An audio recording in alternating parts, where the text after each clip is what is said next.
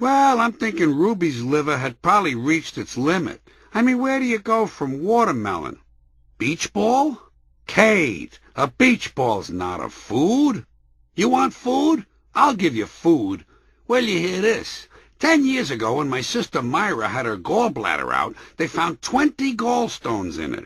Each one of them was the size and the shape of a different type of food. A raisin, a pea, a caper, a grape, a radish, an olive, a pearl onion, a melon ball, a hazelnut, a marshmallow, a Brussels sprout, a Bing cherry, a kumquat, a gherkin, a filbert, a small whole-boiled potato, a cocktail sausage, a meatball, a lima bean, and a dwarf pumpkin. They took all that out of your aunt? They sure did. Jesus, did she feel any better? She said she was hungry.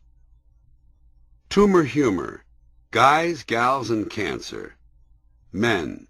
The sports section. I see where Petey Whalen died the other day. They say he had a tumor on him the size of a beach ball.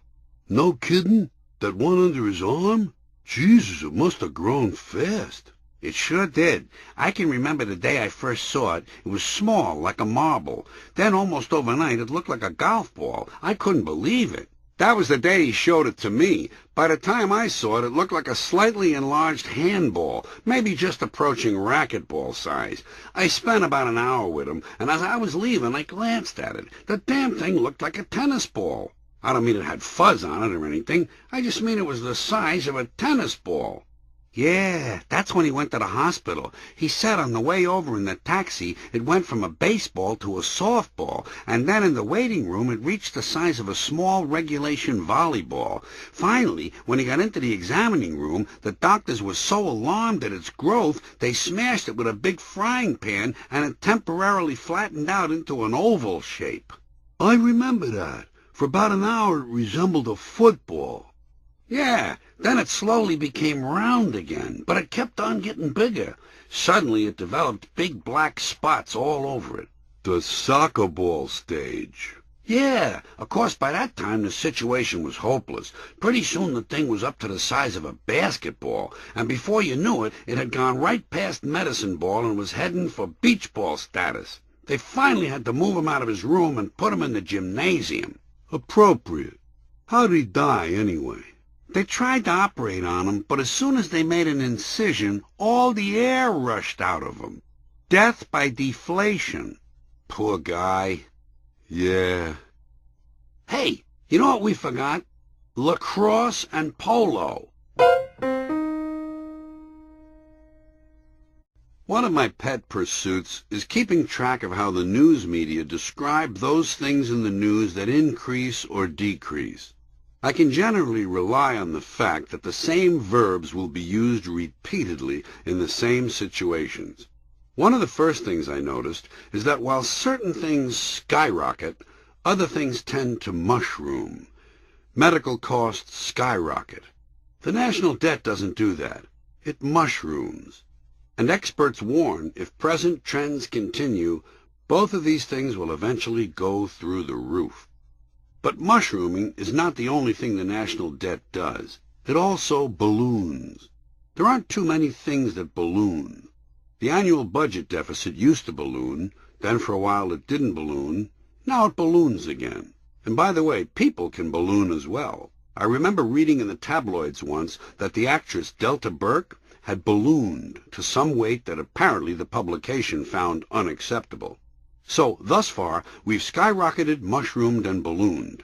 But let's not forget snowballing. You know what snowballs? An investigation. What happens is, an inquiry becomes an investigation, and the investigation begins to snowball.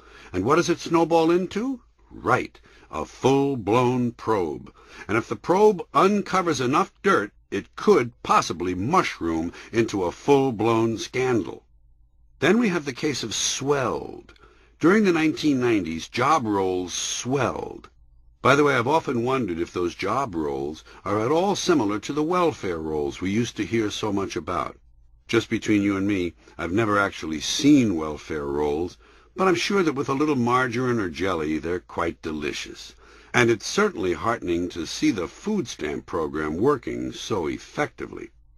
Getting back to our subject here, I've found that one of the best places to keep an eye on these up and down words is Wall Street, financial reporting. For purposes of this activity, I'll use hypothetical examples of economic activity that don't actually reflect recent conditions. I can't keep adjusting this material according to the whims of the economy, and besides, this is about language, not finance. Just to review, we've already skyrocketed, mushroomed, ballooned, snowballed, and swelled. Now, as we enter the world of Wall Street, we add a few simpler verbs: climb, surge, and jump. The stock market climbed today as prices surged on news that housing starts had jumped 10%. Lots of action. Another big thing on Wall Street is soaring. Stock prices soared today as reports showed earnings were up sharply. Or they may have shot upward. At any rate, upward is good. I remember one time hearing Lou Dobbs himself telling me that the Dow Jones Industrials had vaulted upward 200 points. And on the same day, not to be left too far behind, the long bond inched higher. Then we have the very special case of spiraling. The nice thing about spiraling is that it can go in either direction. As medical costs have spiraled upward, the quality of medical care has spiraled downward. And not only do these two medical numbers spiral upward and downward, both of them are actually capable of spiraling out of control. Spiraling downward brings us to the verbs for things that are falling. For some reason, downward verbs are more colorful than upward verbs. Downward is where we discover plunge, plummet, and nosedive. You can always tell when a bull market is over, because housing starts plunge, new car sales plummet, and orders for durable goods take a nosedive. At a time like that, stock prices are usually on the verge of collapse. Or, instead of collapsing, they may simply tumble, drop sharply, or go into a tailspin. And if stock prices are in a tailspin, you can be sure it won't be long before they find themselves in a dizzying free fall. Continuing with bear markets, not all days are so dramatic. Occasionally prices only dip slightly. Dip slightly is the opposite of edge higher. And before we leave these words for increasing and decreasing, I would like to make special mention of beefed up. I remember reading once that in anticipation of a visit by Yasser Arafat, security at the United Nations had been beefed up. Arafat being a Muslim, of course, beef would have been the preferred meat. You certainly wouldn't want security to be porked up. I can think of any number of reasons why we wouldn't want that. And by the way, if you've ever seen some of these security people, you know that the last thing they need is more pork, or beef, or food of any kind for that matter. Beefed up is one of those terms that has no exact opposite. Nothing ever gets beefed down. They never say, now that Arafat's visit has been concluded, security at the United Nations has been beefed down. Doesn't sound right. Instead, they say scaled back. Always remember, anything that's been beefed up can be scaled back, although occasionally, for variety's sake, rather than scaled back, the item may be pared down. Hiked and trimmed are two more good up and down examples. Quite often, during the same session of Congress, defense spending will be hiked, while education spending is trimmed. And sometimes, if Congress is in a really bad mood, education spending is slashed and defense spending skyrockets. Well, we've gone from sky high to rock bottom, and we seem to be winding down now. So let me add one last item. I think I may have finally figured out the difference between ramping up and ratcheting up.